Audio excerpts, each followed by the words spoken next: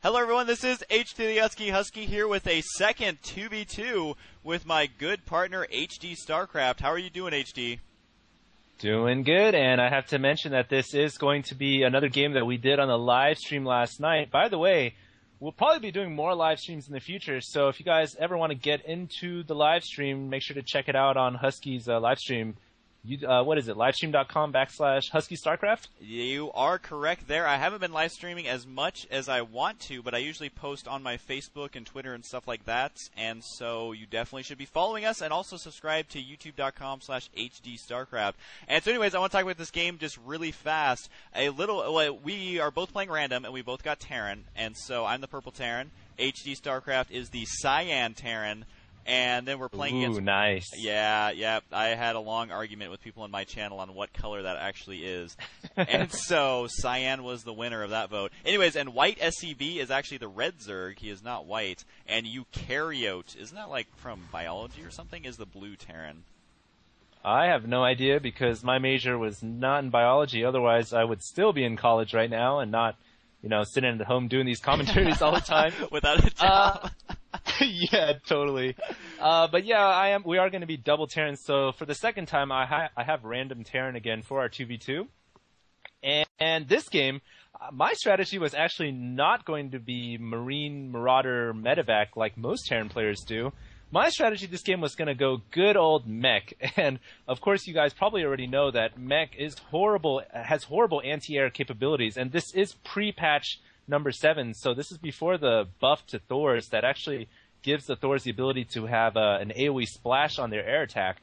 So I am going to go mech without that new buff to Thors, and I'm just going to be going Hellions and Siege Tanks, and of course some Marines from my reactored barracks. And so I was telling Husky on Skype or Ven or whatever we were using, please go Vikings, get anti-air this game, otherwise we're going to be screwed. And so that's what I was telling him on Skype, and we'll see what's going to happen.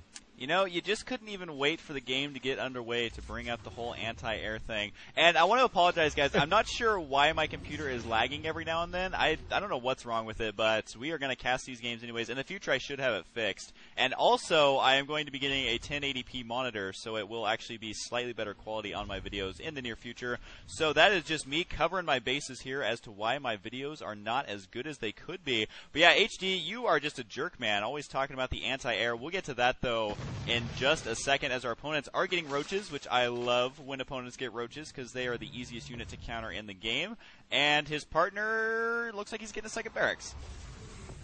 Yeah, it does look like eukaryote, our biology professor here, is going to be going for biomed with Marines, Marauders, and Medevacs. Most likely, that is probably the most dominant build for Terran players.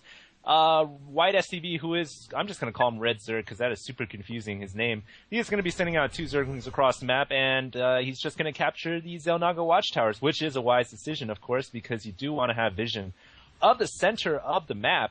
And, of course, my teammate Husky is going for 2 Raxes, so he's not going to be getting the Vikings that I asked him for. But I'm not trying to be a jerk here, but I'm just saying I am going to be going mass siege tanks. So only 1 Rax with the reactor, and I've already got my first factory going down. I just want to say that I already have my double gas up with all the SCVs in there, and there's going to be the tech on the way here pretty soon. I'm pretty bad at Terran, though, as I see you already have 2 factories almost done before I even start mine. But that's okay, because that is just how I roll.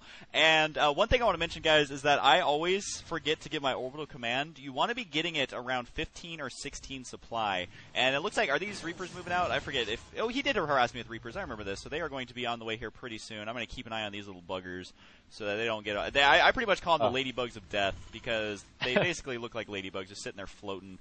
But, don't you hate Reapers, dude? They're the worst. Oh, man. I must admit, though, I had the greatest feeling when they attack me with Reapers and I'm already prepared for them and I just know they wasted so many minerals and gas on them. That's a good situation to be in. I hate it when they attack you and you just move out. That is definitely something that'll make me rage quit.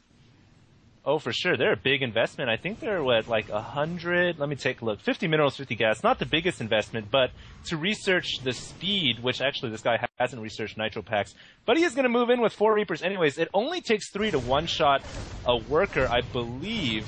Maybe not for an SCV because it does have 5 extra hit points. And here we go. Yeah, you better get slowed by my Marauders. Yeah, you better get out of here, boy. But yeah, They are 50 minerals, 50 gas. I think that they're a huge investment simply because you really don't have an army to show for them once you lose them. I mean, what do you have? You wasted the time making Reapers instead of the Marauders, which are kind of, the beefy unit of your army. And the white SCV guy, or red Zerg, whatever we decide to call him, he does have his roaches now. I do not fear roaches in any matchup except ZVZ, simply because you can counter them so easily. And I think even these Reapers might be trying to take a peek in your base. I can't remember if they actually hop up in here, though. Yeah, and you actually gave me some warning right there saying, hey, HD, look out for Reapers because they just tried to do some damage to my base. So if you look at my army right now, this is basically my build order. 1 Rax with Reactor, just pumping out Marines. That's all my anti-air, just pure Marines, no upgrades at all. And just basically 1 Tech Lab, 1 Reactor, research the Fire upgrade for Hellions, and research Siege Tanks for Siege Tanks, and or Siege Mode for Siege Tanks. And that's my build, and here I am going to move out, so these 2 Reapers might come in and do some damage as we both converge on the center of the map. And do you know right now, do you actually have the Flame upgrade done? I think you do, because doesn't it make it a little bit bluer? I'm a total Yeah, I just want to interject real quick. The Reapers did jump into my base, and look at the Reaper with the Flame upgrade. It takes them out like no problem at all. Yeah, I just saw him exploding, so we missed the Flames. But yes, the Hellions are very good against the Reapers because the Reapers simply cannot get away. And so, yeah, it looks like I have quite a few Marauders now, which should have no trouble with this Roach army. At least it would be a pretty even exchange. Look, I just focus fire down 1 Roach at a time. Your Hellions finishing him off right there. And you do have the first Siege Tank out already, and I must admit, I was a little skeptical of this build, but I want to mention that Siege Tanks do 15 damage plus 10 versus Armored, and so we have so much anti-armor right now that they are just getting melted away. I mean, because Marauders count as Armored as well, and so this Siege Tank, he's up to 3 kills, he's total baller back here. And so, yeah, Siege Tanks can actually be good because they shoot extremely fast, man, and when they're in normal modes, they're doing 25 damage just all over the place. So, HD, you've redeemed yourself. I do agree that this is a good build. Yeah, just waiting for the anti-air here, Husky. Wow, but just can't let it go. Hey, I have my starport now, and my first Viking just now finishing. Or, yeah, that is my first one. Oh, so that is good because I do see the Zerg player, Red Zerg, throwing up a Spire, so we might just need that anti-air after all. But one thing I do want to mention is I am repairing that Siege Tank, by the way. It is a baller Siege Tank because, like you said, even without Siege Mode research, it is super strong against armored units like the Roach. So for now, right now, we're just kind of building up, and I think I'm going to grab my Natural Expo with this Orbital Command, completely lift it off, and then reposition it. I want to mention that Orbital Command has been there for a while, and a good build for a Terran player, even in 1v1, is to build that extra command center whenever you can and kind of just upgrade it to Orbital Command and use it for mules, and then lift it off when you feel comfortable grabbing your Natural Expo. So pro tip number 3?